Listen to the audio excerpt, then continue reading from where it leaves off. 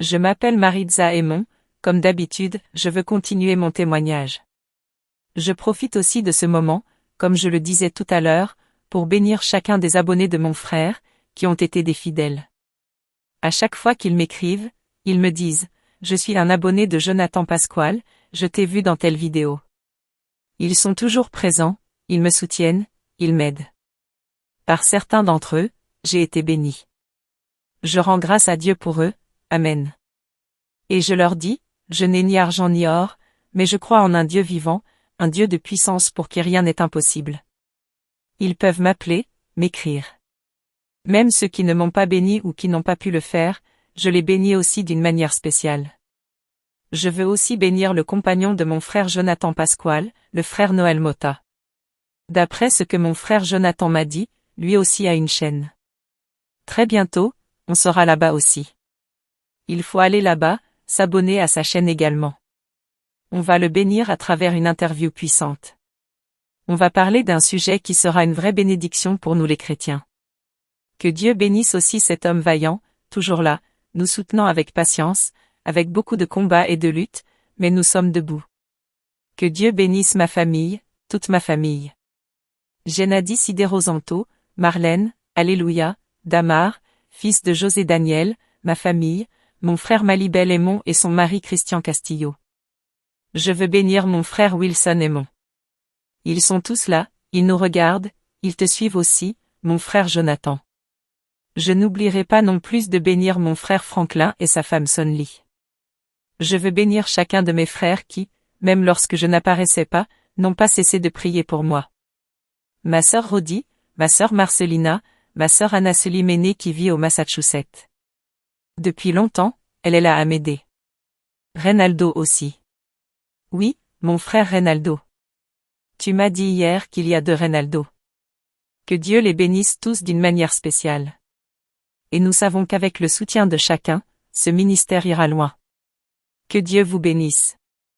Allez, installez-vous bien, prenez votre chaise, on va apprendre davantage sur Dieu. Gloire à Dieu. Prenez vos Bibles, dans le livre de Jacques, chapitre 1, verset 21. Voici ce que dit la parole du Seigneur, au nom de Jésus, c'est pourquoi, rejetant toute impureté et tout débordement de méchanceté, recevez avec douceur la parole implantée, qui peut sauver vos âmes. Mais soyez des praticiens de la parole, et pas seulement des auditeurs qui se trompent eux-mêmes. Car si quelqu'un écoute la parole et ne la met pas en pratique, il est semblable à un homme qui regarde son visage naturel dans un miroir, il se regarde, s'en va, et oublie aussitôt comment il était. Voilà comment on commence cette interview. Qu'est-ce qui est vrai dans tout ça? Ce mythe qu'on voit dans certaines caricatures animées, quand on entend « Miroir, miroir, dis-moi qui est la plus belle ?» Et le miroir répond « Blanche-Neige ». Alors la sorcière tente de la tuer. Est-ce un simple mythe, une invention humaine faite pour distraire les gens? Ou bien est-ce que cela existe vraiment dans le monde de la sorcellerie, du satanisme, du spiritisme? Le miroir, ce n'est pas un mythe. Le miroir est quelque chose de réel. Dans le monde du spiritisme, tous, pas la majorité, non, tous, ceux qui se disent sorciers, satanistes, enchanteurs, ont un miroir chez eux. Que se passe-t-il? Le mystère du miroir, c'est qu'ils font de nombreuses installations de miroirs dans leurs hôtels, dans les trous où ils opèrent, là où ils invoquent. On sait qu'une personne peut vivre aux États-Unis ou en République dominicaine, et que quelqu'un part en Haïti pour aller la tuer. Par exemple, quand moi je suis allé pour tuer mon frère, pour le sacrifier. Je lui ai dit, écoute, Wilson, si tu te convertis aujourd'hui même dans cette maison, tu vas vivre dans la rue, parce que je vais te mettre dehors. Tu ne peux pas rester ici, j'ai des ennemis, comme ces gens chrétiens, et toi tu veux venir te convertir? Entrer dans ma maison? Tu ne viendras pas interférer avec ce que je fais à mon hôtel. Tu ne vas pas passer au-dessus de mon hôtel avec tes affaires. Wilson m'a répondu, tu me mets dehors ou pas, je vais me convertir. Et il s'est converti. Je me suis mise à rire en disant, je vais bien voir maintenant comment il va s'habiller, comment il va pouvoir se payer un pantalon, une paire de chaussures. De mon côté, j'ai décidé de ne plus lui donner un seul sou. Et tout à coup, frère, je vois Wilson mieux habillé que jamais, achetant des Chacabana, marchant avec des chaussures pointues. Je restais bouche bée, ce gars-là, il s'est vraiment surpassé. Mais ce que je ne savais pas, c'est que l'argent que j'avais confié au démon, qu'on devait envoyer à Haïti, Wilson s'en est servi. Il a dit que ces démons ont de l'argent à gaspiller, alors il a pris cet argent pour s'acheter des vêtements. Le jour où il fallait partir à Haïti, je suis allé chercher cet argent, il avait disparu. J'ai demandé à Wilson, le seul qui savait où il était. Il m'a répondu, les sorciers ont de l'argent à jeter, mais moi, j'avais besoin d'un pantalon pour être chrétien. J'ai pris l'argent et je suis parti. Je me suis dit, encore mieux. Si je n'ai plus l'argent, je vais donner un humain. Je suis allé là-bas, j'ai appelé le sorcier et je lui ai dit, l'argent que je devais t'apporter, mon frère l'a pris. Il dit qu'il est devenu chrétien. Je veux l'échanger contre mon frère. Prends-le, et toi et moi, on est quittes. Il m'a dit, d'accord. Combien de temps il est converti? J'ai répondu, 3 mois. Je parlais d'un gars converti depuis 3 mois, qui aime l'alcool, ça va être facile. J'ai signé le contrat comme quoi j'étais responsable de sa mort. On m'a fait passer à la salle de sacrifice. Une salle où il n'y a que des miroirs. Tu tournes la tête ici, tu vois ton visage. Là-bas aussi. Derrière le miroir, une voix m'a demandé, « Qu'est-ce que tu viens faire ?» J'ai répondu, « Je viens livrer mon frère. » Elle a dit, « Très bien. Signe le contrat et prends le poignard. » Le poignard était enveloppé dans un tissu rouge ou noir. Ensuite, elle m'a dit, « Comment s'appelle ton frère ?» J'ai donné son nom. « Appelle-le 7 fois dans le miroir. » J'ai commencé à l'appeler. La première fois, elle m'a dit, « Ce garçon-là aime trop sortir, il n'est pas là. On va le laisser dormir. On recommencera ce soir. » Ce jour-là, mon frère n'a pas dormi à la maison, il est resté à l'église. Le soir, je recommence l'invocation, poignard en main, en colère parce qu'il m'avait volé. Et là, mon frère Jonathan, Wilson apparaît, mais derrière lui, il y a un vieillard. Je me suis tourné vers Marcelo et je lui ai dit, « Viens voir, il y a un vieillard avec lui. » Il m'a répondu, « Quel vieillard ?» J'ai dit, « Viens voir toi-même. » Wilson est apparu la tête baissée, et ce vieillard lui a mis la main sur l'épaule. Seigneur. Ce vieillard avait une barbe longue jusqu'au nombril. Il portait quelque chose sur la tête, mais je ne voyais pas bien son visage. Il s'est tourné vers la porte de la pièce, a regardé dans le miroir et vu le vieillard. Il a pris la fuite. Il m'a abandonné dans l'hôtel. Je l'ai poursuivi, je lui demandais ce qu'il allait faire. Et lui criait, « Éloigne-toi de moi, je ne fais pas ce travail, je ne veux pas de ça, éloigne-toi de moi. » J'ai alors appelé un autre qui travaillait avec lui, « Entre avec moi. » Mais l'homme, pris de panique, a fui, me laissant seul avec le miroir encore actif. Je me suis dit, « Tiens-toi avec moi, je vais poignarder. » Mais quand j'ai levé le poignard pour frapper mon frère, la lame s'est retournée contre moi. Et pour lâcher ce poignard, j'ai dû fuir aussi. Une fois dehors, je me suis enfui. Il y avait plein de chevaux, des gens à cheval qui me poursuivaient. Je me suis caché sous des feuilles de bananier. Et là, j'ai crié, « Oh mon Dieu, qu'est-ce que j'ai fait? Des gens d'Israël, des cavaliers. Ô Père bien-aimé. » J'ai lâché tout ça. J'ai tout laissé tomber. Moi, je me suis dit, non, je vais retourner à Saint-Domingue pour produire plus d'argent, parce qu'avec mon frère, on ne peut pas négocier. Mais après, je réfléchis, il n'a que 3 petits mois dans l'Évangile. Et là, on me dit, rappelle-toi que dès qu'une personne fait la prière 2 fois, elle appartient déjà à un autre camp. Elle a fait un pas de foi, elle a traversé, et là, c'est difficile. Alors quand je suis retourné en République dominicaine, la première personne que j'ai vue, c'était mon frère, et il rigolait. On aurait dit qu'on lui avait raconté tout ce qui s'était passé. Il riait comme un fou. Je lui dis, Wilson, qu'est-ce que t'as? Et lui me répond, non, Manita, j'ai rien du tout. Quand je suis arrivé à la maison, il m'a dit, Dieu m'a révélé que tu étais parti pour me tuer. Et moi, je lui ai dit, moi? Mais pauvre de moi, Wilson. Moi, ta sœur qui t'aime? Ta mère t'a abandonné à 2 ans. C'est moi qui t'ai élevé. C'est moi qui ai pris la place de ta mère en 2013. C'est moi qui t'ai déclaré à l'état civil. C'est moi qui t'ai donné un toit, un lit. Et c'est comme ça que tu me remercies, en m'accusant d'être une meurtrière? De vouloir te tuer? Wilson, écoute-moi bien, si Dieu voit que j'ai vraiment voulu te faire ça, que je meure sur le champ. Que je sois maudite. Et lui, il me dit, Marisa, ne jure pas sur les voitures. Elles vont te heurter.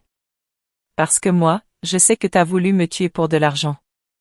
Et moi je crie, mon Dieu, encore cette parole-là. Et là, je prends une machette et je cours après lui, pendant qu'il continue à rire, dans une joie étrange, comme si quelque chose lui disait, réjouis-toi, elle est folle. Ô Seigneur, ce garçon est terrible. Il a beaucoup combattu contre moi à la maison. Moi j'appelais les démons, et lui, il s'opposait. Ça devenait difficile même pour que les esprits me montent. J'ai fini par mettre tous ses vêtements dehors. Je lui ai dit de me rendre ma maison. Vous voyez? Les miroirs, c'est quelque chose que les sorciers utilisent beaucoup pour faire leur travail. Par exemple, un sorcier peut être en Haïti et te donner un miroir à installer chez toi. Et à travers ce miroir, il peut communiquer avec toi. Quand tu veux qu'il voie ton visage ou qu'il repère ton ennemi, tu orientes le miroir, et il te dira. Mais ce miroir-là, c'est une paire. Il y en a un ici, à Saint-Domingue, et l'autre là-bas.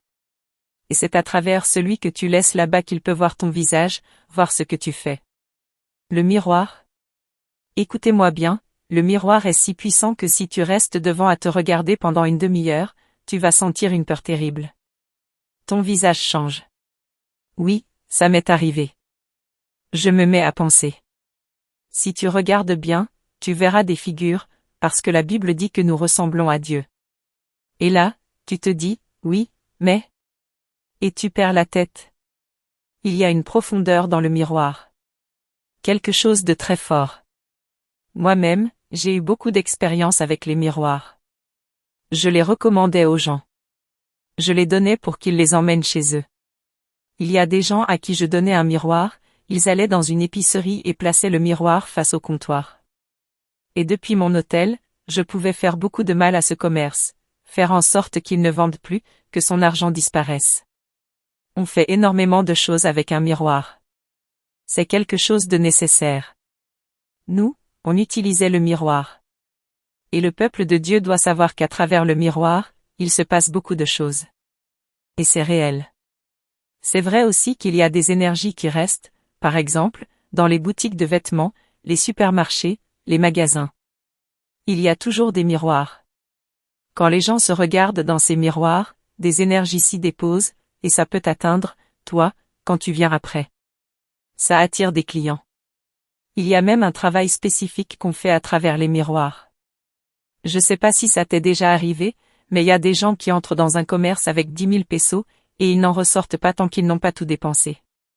C'est le but du miroir. Et même si devant, il y a une boutique qui vend moins cher, toi, tu dois acheter ici. Parce qu'ils ont un miroir qui travaille.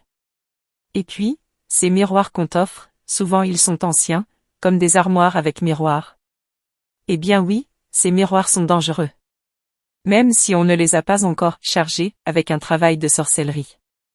Parce qu'il y a des miroirs où on peut mettre jusqu'à 7 démons, et ces démons vivent dedans.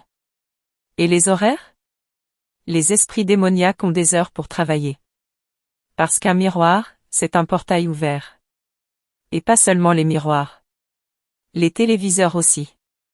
Il y a des gens qui les couvrent la nuit, pour éviter que quelque chose entre chez eux. Un sataniste peut faire des travaux à travers un téléviseur, quand il n'y a pas de miroir dans la maison. Ça dépend de ce que tu as l'habitude de regarder à la télévision. Par exemple, si tu es accro à une telenovela et qu'elle te fait rater l'heure de la prière. Tu comprends? Les sorcières travaillent aussi à travers les feuilletons. Elles te retiennent là, jusqu'à la fin du chapitre. Et puis elles te disent, attends, la meilleure partie arrive. Toi, tu te dis, mon Dieu, je dois aller à l'église, mais ça devient trop bon. Et tu restes. C'est de la ruse. Il y a même des gens qui chantent les chansons des feuilletons, comme Gata Salvage Como Tu Passion. Moi aussi, je regardais mes novelas, tu le sais très bien.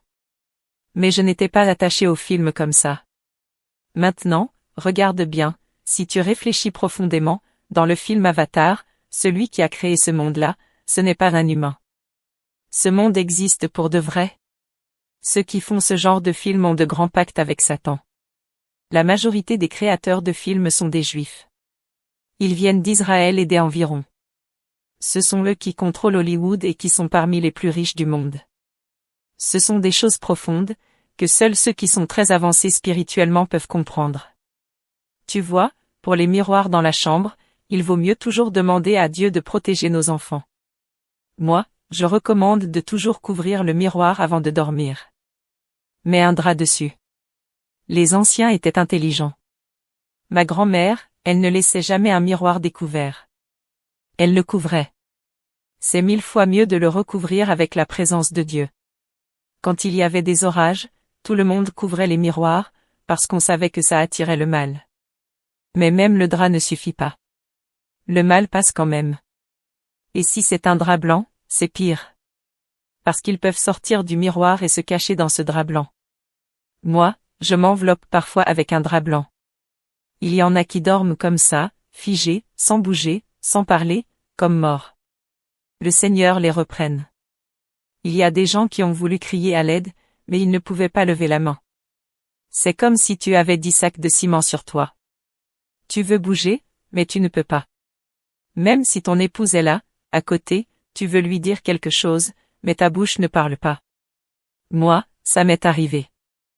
Je m'étais endormi et, d'un coup, mes 2 bras et mes 2 jambes se sont engourdis. Ce n'était pas normal. Je ne sentais plus rien à partir de la taille. Et quand j'ai essayé de me lever, je n'y arrivais pas. Mon épouse est toute petite et moi je suis grande. Elle a dû me soulever alors que je ne sentais ni mes pieds ni mes mains. Et quand j'ai commencé à sentir à nouveau, c'est là que j'ai ressenti la douleur. C'était une vraie bataille spirituelle. Moi aussi, je savais faire certaines choses, comme entrer dans les rêves de quelqu'un. Mais bon, ce n'est pas le sujet aujourd'hui. On en parlera une autre fois, si tu veux. On pourrait faire un sujet entier sur les rêves, sur comment les satanistes ou les sorciers opèrent dans les rêves. Oui, on pourrait. Pour les miroirs, il y a des femmes qui souffrent d'anorexie. Ce sont des personnes qui ne mangent pas parce qu'elles se voient grosses, alors qu'elles sont comme des squelettes. Elles se regardent dans le miroir et elles se trouvent bien. Mais qu'est-ce qui agit là? Un démon. Oui, ce sont des démons qui sont envoyés. Il y a même un démon qui s'appelle sembler que le Seigneur le réprime au nom de Jésus. Ce démon donne à la personne une mauvaise odeur. Tu viens de te laver, mais personne ne peut rester près de toi. C'est semblé. Il y a des gens qui ont cette puanteur profondément en eux, dans leur âme. C'est un démon, mon frère. C'est vraiment un démon. Semblé, Mazambu, c'est un autre démon qui s'occupe de l'haleine. Oui, celui qui te donne une mauvaise haleine. Pour que tu comprennes que l'être humain sans Dieu ne peut échapper à rien. C'est terrible. Ça peut même faire que tu restes sans épouse ou sans époux. Parce que, dis-moi, qui peut supporter une telle puanteur? Une odeur de pied, de sueur. Il y a même des gens qui sentent mauvais du cuir chevelu. Peu importe le shampoing cher qu'ils utilisent, cette odeur ressort toujours. Ce sont des choses mystérieuses qui arrivent aux gens. C'est pour ça qu'il faut toujours demander au Seigneur de nous garder, de nous couvrir, parce que ce n'est pas facile, mon frère. La foi, c'est la gloire. Ces femmes très maigres qui se regardent dans le miroir, elles sont en train d'être ministrées. Parce que le miroir, il parle. Il leur dit qu'elles sont bien comme ça, et quand elles se regardent, elles se voient normales. Toi, tu les vois toutes sèches, à 2 doigts de mourir, mais elles se trouvent bien. Moi, par exemple, j'avais 4 miroirs. Mais chacun avait une fonction différente. Le plus grand, je l'utilisais quand je voulais envoyer un messager à un endroit spécifique. Quand je dis « messager », je parle de personnes du quartier qui travaillaient avec moi. Je pouvais les envoyer jeter une poudre, faire une sorcellerie. Ce miroir servait comme un téléphone, comme une visioconférence. À travers lui, je voyais si la personne faisait bien le travail, si elle allait au bon endroit, si elle jetait la chose là où je voulais. Même si elle la jetait en chemin et me disait « oui, je l'ai fait », il fallait que je le voie dans ce miroir. Ce miroir me montrait tout ce qu'on faisait. Un autre miroir, c'était pour moi, personnellement. Celui-là, je ne peux pas trop en dire, parce que ce sont des codes, mais je peux dire que quand je le regardais, ça me comblait. J'étais satisfait. Il répondait à certaines nécessités. Par exemple, avant, je pouvais passer toute la journée sans manger, et c'est comme si je me nourrissais par ce miroir. Le troisième miroir, je l'utilisais pour travailler sur l'hôtel. Quand quelqu'un venait travailler quelque chose, je pouvais l'envoyer dans n'importe quel magasin, je lui disais de me montrer directement le comptoir, là où l'argent est manipulé, et avec le miroir, je faisais en sorte que tout ce qui entrait dans ce commerce devienne sel et eau. Ce miroir pouvait ruiner un commerce en un an. Le quatrième miroir, lui, servait quand on allait au cimetière. Là-bas, il y a des choses qu'on devait faire à travers le miroir. Par exemple, toi tu es à côté du manguier, il fait nuit, tu ne me vois pas, alors je lève le miroir et je te fais le signe, pour que tu viennes vers moi sans parler. Parce que la nuit, quand on sort faire des missions, on ne doit appeler personne, on ne doit pas prononcer de nom, sinon le travail est ruiné. Le miroir servait à communiquer en silence. Oui, il se passe beaucoup de choses dans les cimetières. Il y a des gens qui y voient des enfants, des morts, des personnes qui marchent entre les tombes. Et c'est vrai. Dans les cimetières, on lève des morts, des enfants, des adultes. Si une personne ne meurt pas avec Christ, il s'y passe des choses terribles. Quand une âme est vendue, elle ne part pas immédiatement, le sorcier continue à travailler avec cette âme jusqu'au jour que Dieu a fixé pour sa mort réelle. C'est pour cela que les sorciers paient très cher pour une âme humaine. Quand quelqu'un est vendu, on peut te donner tout ce que tu veux, même des millions. Parce que cette personne n'est pas morte, elle est au service de l'autel jusqu'au moment où elle devra mourir. Et quand l'âme est vendue, on peut en faire beaucoup de choses. Il y a des sorciers qui veulent l'âme du garçon, parfois même sa chair. Ils la font sécher. La chair, les os, les parties intimes, tout a une utilité. Mais parfois, ils gardent tout, l'âme, le corps. Et ils ne le tuent pas totalement. Ils le détruisent peu à peu, l'envoient voler, l'envoient chercher de l'argent dans d'autres magasins. Et quand ils volent, ils ne sont plus visibles. Une fois qu'ils sont passés sous la terre, ils deviennent invisibles. Comment ça, sous la terre? Eh bien, quand une famille enterre la personne, parfois le sorcier revient et la déterre. Avant, on veillait 3 jours un mort. Aujourd'hui, en un seul jour, on l'enterre. Une fois que le médecin a dit qu'il n'y a plus de vie et que le corps est enterré, si le sorcier revient pour le réveiller et qu'il réussit, alors il est amené à l'autel. Il est encore vivant, mais il est invisible. Ce sont les fameux zombies. Oui. Il y a des familles qui sentent que leur proche est encore vivant quelque part. Tu sais, parfois tu marches à côté de quelqu'un, et tu ressens que tu connais cette personne. Mais il y a quelque chose en toi qui efface ça, qui ne te permet pas de savoir où tu as vu cette personne. Ce sont des morts. Est-ce que ça t'est déjà arrivé, Fabi? Tu croises quelqu'un, tu te retournes, et il n'y a plus personne. Mon Dieu. Ô Seigneur. Maman. Je veux dire, si la famille retournait au cimetière, ils trouveraient le cercueil vide. Maintenant, ma question est la suivante. Est-ce possible que l'âme d'une personne puisse posséder un homme ou une femme, comme si c'était un démon? L'âme de quelqu'un qui est déjà mort. Oui, qui est déjà mort. Les sorciers font ça par méchanceté. Oui, quand j'étais sorcier, j'ai envoyé des âmes de personnes, des personnes qui avaient été vendues. À d'autres personnes. Oui. Il y a des gens qui appellent ça les morts. Dans le spiritisme, on les appelle les morts. Oui, c'est possible. Je le faisais. Oh, Père bien-aimé. Mais ces gens ne parlent pas normalement. Ils parlent comme à travers le nez, comme ça. Ils parlent comme des gens qui ont le nez bouché. Ce personnage dont on a parlé, cet ange au nez bouché, qui lui est apparu, c'était peut-être un mort. Il a dit, non, l'ange au nez bouché m'a parlé nié.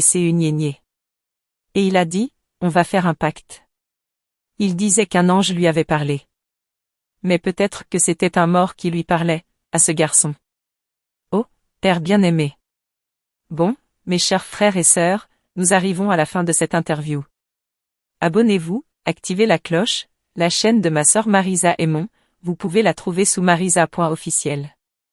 Ma sœur Marisa, s'il te plaît, présente tes autres réseaux sociaux pour que les frères et sœurs puissent aussi te suivre là-bas. Laissez-moi donner son numéro de téléphone pour que vous puissiez la suivre aussi. Marisa, présente tes réseaux sociaux pendant que je le cherche. Vous pouvez me suivre sur TikTok, aussi sur Facebook. Et bientôt, on va créer notre page Instagram, on aura notre chaîne là aussi. Vous pourrez nous chercher là-bas. Très bientôt, si Dieu le permet. Mais d'abord, je veux que vous priez pour moi, parce que je dois déménager. J'ai besoin de paix et de tranquillité. Une fois que je me serai installé dans une autre maison, nous organiserons des cultes là-bas, sur mon canal TikTok, et aussi sur Facebook. Et aussi sur YouTube. Nous avons beaucoup de projets. Nous sommes en train d'écrire notre livre. J'espère en Dieu que vous me soutiendrez. Des séminaires, pas des ateliers, des séminaires aussi à venir. Oui. En découvrant un autre ennemi. Soyez attentifs, car nous allons publier cela pour que vous puissiez vous joindre à nous. Le pasteur Jorge Sanchez et Marisa. Jorge Sanchez m'a dit qu'il a été très occupé ces derniers jours, mais nous verrons comment lancer cela. Et pas seulement ce séminaire, mais d'autres séminaires vont aussi être organisés, pour que vous puissiez y participer. Plus tard, nous vous donnerons les informations pour que vous puissiez vous inscrire. Il y a des personnes qui sont un peu lentes à écrire les numéros, mais ici, sous la description, je laisserai le numéro de ma sœur Marisa, je laisserai aussi le mien. Si vous ne pouvez pas la joindre, vous pourrez passer par moi pour avoir son numéro. Frères et sœurs, vous pouvez aussi utiliser ce même numéro pour envoyer vos invitations à prêcher. Ma sœur Marisa prêche en tout temps, à temps et hors de temps. À Dieu soit la gloire, beaucoup d'âmes viennent aux pieds de Christ. Que Dieu vous bénisse, shalom. Et à la prochaine. Au revoir, ciao.